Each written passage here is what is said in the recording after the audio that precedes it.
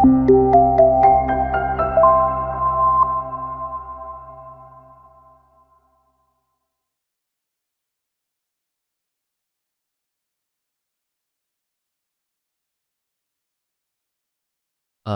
Dalam modul berikut ini kita akan mempelajari mengenai pencahayaan dalam fotografi, di mana untuk panduan fotografi pemula kita wajib memahami dan juga mengerti apa aja pencahayaan yang dibutuhkan dalam fotografi.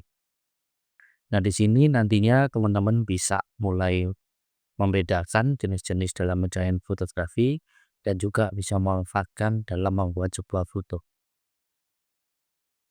Ada dua jenis cahaya utama, yaitu cahaya alami atau natural dan juga cahaya buatan atau kita sebut dengan artificial.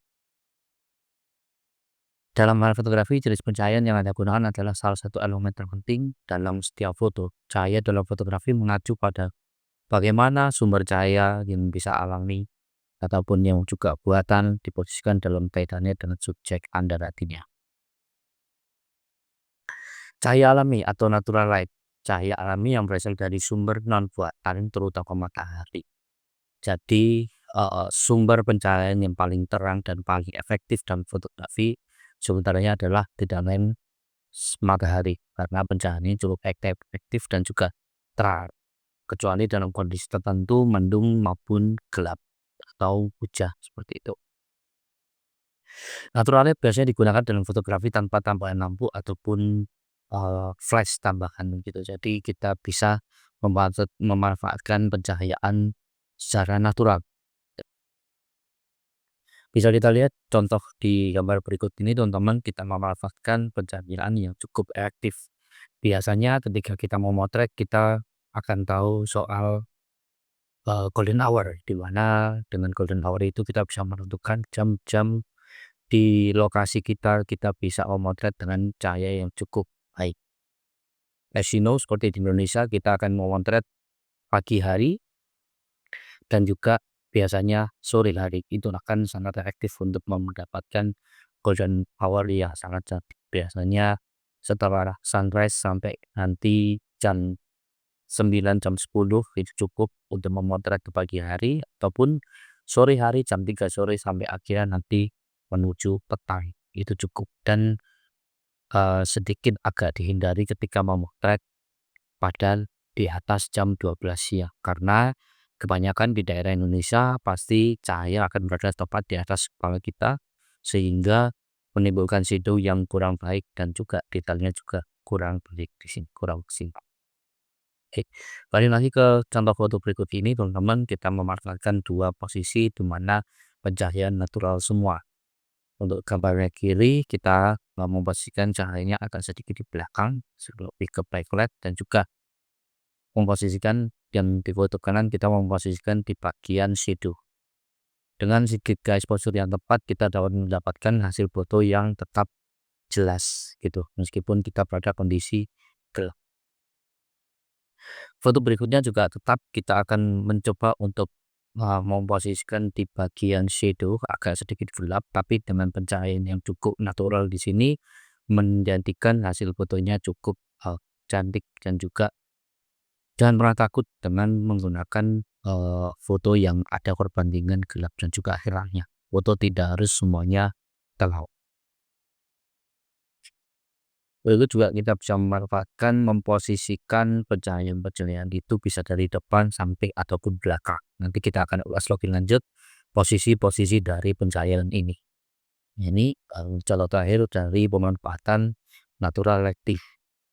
Cukup menarik bukan? Oke, selanjutnya next, pencahayaan yang kedua adalah artificial light, di mana cahaya buatan mengacu pada cahaya apapun yang tidak dihasilkan secara alami, jadi dibuatan oleh manusia. Sebagian besar fotografer menganggap cahaya buatan sebagai sumber cahaya yang dapat dikontrol. Memang sangat mudah dikontrol dan juga peletakannya kita bisa customize. Kita bisa mau taruh mana saja bisa. Tidak sama seperti natural light yang agak susah untuk memposisikan. Kita harus paham sumber-sumber cahaya dari mana. Contohnya seperti lampu kilat, lampu studio, lampu pijar, dan juga banyak lagi. Kita coba kasih contohnya. Sebelum itu teman-teman, artificial light terbagi menjadi dua. yaitu ada continuous lighting dan juga strobe lighting. Perbedaannya dari bagaimana mereka mengeluarkan cahaya. Continuous lighting adalah di mana cahaya akan terus-menerus dia akan menyala.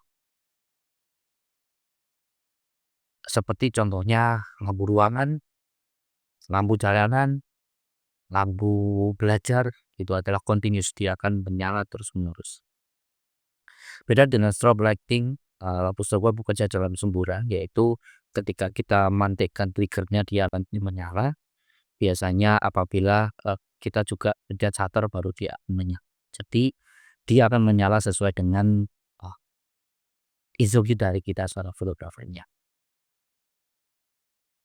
Nah, berikut adalah contoh dari continuous lighting source, bisa lampu LED, incandescent light, flashlight, ring light, dan sebagainya.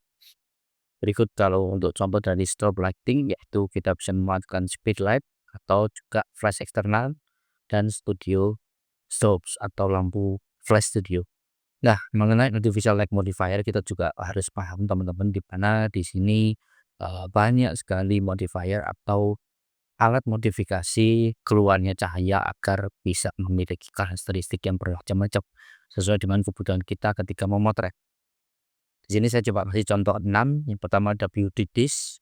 Teman-teman bisa lihat gambarnya seperti itu dengan kualitas gambarnya atau pencahayaannya untuk keluar adalah kontras lebih kacau, lebih keras cahayanya. Geser lagi ada para umbrella, itu juga sama, bentuknya seperti itu, seperti payung, dan juga keluarnya akan sedikit harsh, lebih keras. Ada softbox ya, kita tahu bentuknya kotak dan juga ada diffusernya, mengeluarkan pencahayaan yang lebih lembut.